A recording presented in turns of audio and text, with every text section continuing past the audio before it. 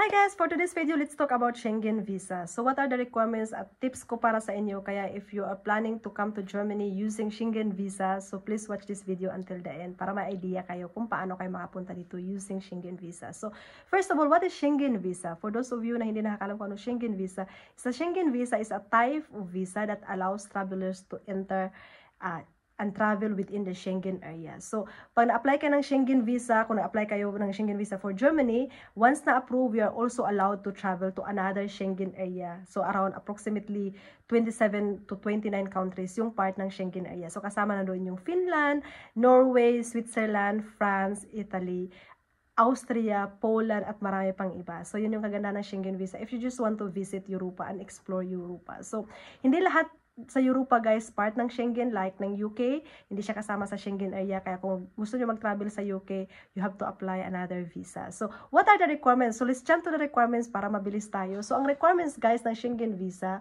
first of all, ang Schengen visa, you can apply directly to the German Embassy or you can also apply to BFS Global Manila or Cebu. So, pag nag-check kayo ng German Embassy website, sinasuggest nila na mag-apply kayo sa BFS Manila or Cebu. Pero guys, take note na pag na-apply kayo sa BFS, you need to pay additional charges para sa BFS. Pero pag nag-apply kayo sa German Embassy directly, yung visa fees lang ang kailangan yung bayaran. So, pwede kayo mag-apply directly sa German Embassy, kailangan nyo lang magkaroon ng appointment. So, lahat guys ng visa, pag pumunta kayo sa German Embassy, make sure na meron kayong appointment kasi pag wala, hindi kayo i-entertain. So, ganun din naman sa BFS, kailangan nyo rin maggawa ng appointment. So, what are the requirements? So, syempre, number one is yung passport. So, make sure your passport is valid, not less than 6 months, kasi pag less than 6 months yan, kahit na anong visa ang i-apply nyo, hindi niyan tatanggapin. So, kailangan yung visa, yung passport nyo is valid pa siya more than 6 months. So, number 2 guys, yung form. So, bawat visa na i-apply nyo, you have to fill up a form. So, yung form link, nandyan yan sa German Embassy website kung saan man kayo naka-base. So, yung form is all about your personal details. So, number 3, yung biometrical photos. Yung photos guys na biometric, pag sinasabing biometric, kailangan biometric talagang i-apply nyo, bigay nyo. Huwag kayong magbigay ng kung ano lang yung photos na tinake nyo kung saan-saan. Pag hindi nyo to alam, pumunta kayo sa mga photo shops na nagpipicture ng mga passport photos, tanongin nyo sila, kailangan ko ng biometrical photos, alam nila kung ano yung biometrical photos. So, yun yung isa sa requirements. So, number 4 requirements guys, yung visa fees. So, magkano bang visa fees para nag-apply ka ng Schengen visa? So, it's about 80 euros, so approximately 4,800 o 5,000 pesos, yun yung bayad sa visa. So, kaya kung nag-DIY kayo, ito lang yung kailangan yung isipin, yung 5,000 pesos. Kung nag-apply kayo ng Schengen visa for a kid 6 to 11 years old, kalahati, 40 euro. Kaya, kung kaya nyo mag-DIY talaga guys, para makatipid kayo, mag-DIY kayo. Kasi kaya naman, kung kailangan nyo lang i-comply. Ang tips ko sa inyo guys, ang Germany, they are very bureaucracy. So, pag meron kayong mga ina-apply, meron kayong kukunin ng mga documents, maraming papel na kailangan. Pero pag once na na-comply mo yan, kung ano nakalagay sa checklist, may chance na ma-approve yung visa nyo talaga. Kasi sa Pinas minsan may mga additional documents na hinahanap, pero sa Germany naman talaga, kung ano lang yung nakalagay dyan sa website, yun lang talaga yung kailangan mong i-comply. Yun yung requirements nila. Hindi sila naghihingi ng additional as long lang na na-complete mo yun. Pero pag once na mayroong isa daw na hindi mo na-kompleto, automatically reject yung visa nyo. Kaya make sure you follow all the requirements kung ano yung nakalagay sa German Embassy website. So, yun yung tips ko sa inyo. So, next requirements guys is invitation letter. So, kung meron kayong mga kamag-anak dito or partner dito sa Germany, they can also send an invitation to you, especially kung wala kayong capabilities na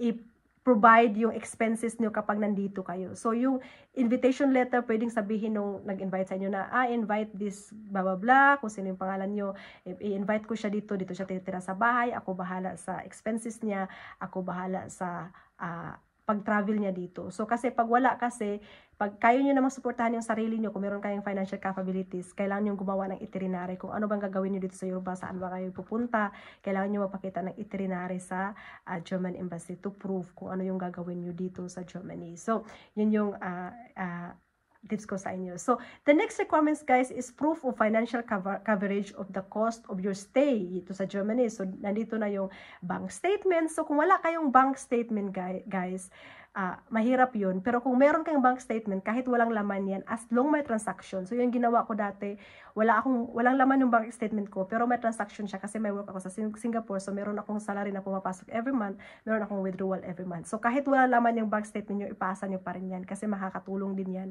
sa requirements. Kasi as I mentioned, ang Germany, more on bureaucracy sila. So, kung ano nakalagay dyan, pag na-provide mo yan, automatically, malaki ang chance mo na ma-approve yung visa mo. So, kung hindi naman, kung wala kayong financial capabilities, guys, ito na yung tinatawag na formal obligation doon sa host, doon sa nag-invite sa inyo. So, pwede nyo silang pakuhanin ng formal obligation or verpflichtung Erklärung sa German. So, kasi kailangan nyo to as an additional documents or replacement documents kung wala kayong capability na i-support yung sarili niyo kung wala kayong pera. So yung host niyo, bali siya yung mag-take over sa finances mo. So, kaya kailangan niyang mag-provide ng verpflichtung Erklärung or formal obligation. So, sana makuha to sa tinatawag na Ausländerbehörde. So, bawat city dito, merong malapit na Ausländerbehörde. So, doon yung papuntahin yung mga partner niyo or mga kamag-anak niyo na gusto mag-invite sa inyo. So, the next requirements, guys, is yung evidence of your rootedness in the Philippines. So, kung nandyan kayo sa Pilipinas nakatira or sa ibang bansa,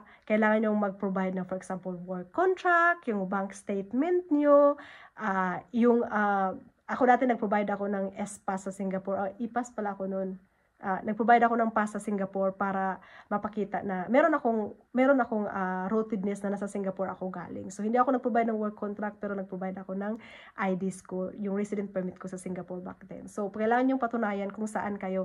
Kung nag-enroll kayo sa school, pwede yung patunayan na nag-enroll kayo sa school, meron kayong ID sa school. So, yun yung tinatawag na evidence of your rootedness in the Philippines. So, the next requirements, guys, is yung travel history. So, kung kayo nakapag-travel na sa ibang Schengen or sa ibang bansa, malaki din tulong yun kapag nakapag-provide kayo ng mga copies ng mga visas nyo sa previous na pinag-travelan yung bansa. So, pwede nyo ipasa nyo yan together kasi nakakatulong yan para ma-approve yung visa nyo. Ibig sabihin, meron na kayong travel history, okay na mag-travel kayo ulit. Hindi nila isipin na mag-TNT kayo dun sa lugar na pupuntahan nyo. So, it's a big help na meron kayong travel history din if meron man. Kung wala kayong travel history, if you're first time to travel in Germany, ito na yung please submit your informal declaration explaining of willingness to return to the Philippines or kung saan ka nakabase. So, if ever na first time nyo, kailangan nyo magsulat na, babalik ako ng Pinas for ganitong reason kasi kailangan ko alagaan yung nanay ko, kailangan ko alagaan yung tatay ko, or meron akong business sa Pinas na babalikan. So, pwede kayong maggawa ng declaration na willing talaga kayong bumalik sa Pilipinas after ma-expired yung visa niyo. So, proof of inner circumstances na pwede niyong gamiting rason. Kailangan yung galingan to, guys, kasi ito, lalo na pag first time nyo, mahirap kasi mag-travel pag first time. Pero pag once naman nakapag-travel na kayo, the next na travel nyo, medyo mas easy na lang. So, yun nga sinasabi sa German na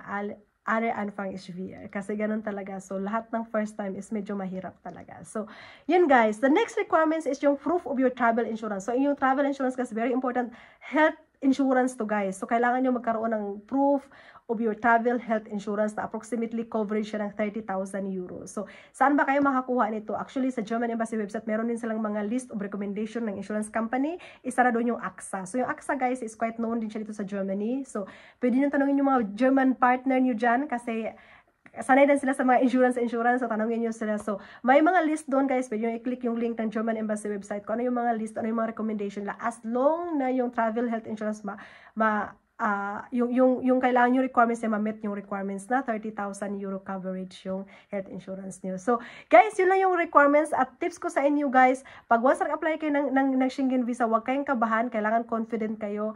Huwag kayong alam mo yun, minsan kasi medyo nawawalan tayo, na-nervous ka kapag nasa embassy ka na. Kailangan mo lang patunayan na confident ka na mag-apply. Kung may tatanong sa'yo, sagutin mo lang ng genuine talaga. So, at as I mentioned, lahat ng requirements, kung ano yung nakalagay dyan, i-follow nyo lang kasi yun talaga yung kailangan dito sa Germany. Kung ano yung nakalagay dyan, kailangan mo lang talagang i-follow yan at everything will be alright. So, guys, good luck sa inyo at sana may natutulong tong video na to sa inyong lahat dyan. At salamat sa follow nyo. Please subscribe kung hindi pa kayo nakafollow dito sa channel ko.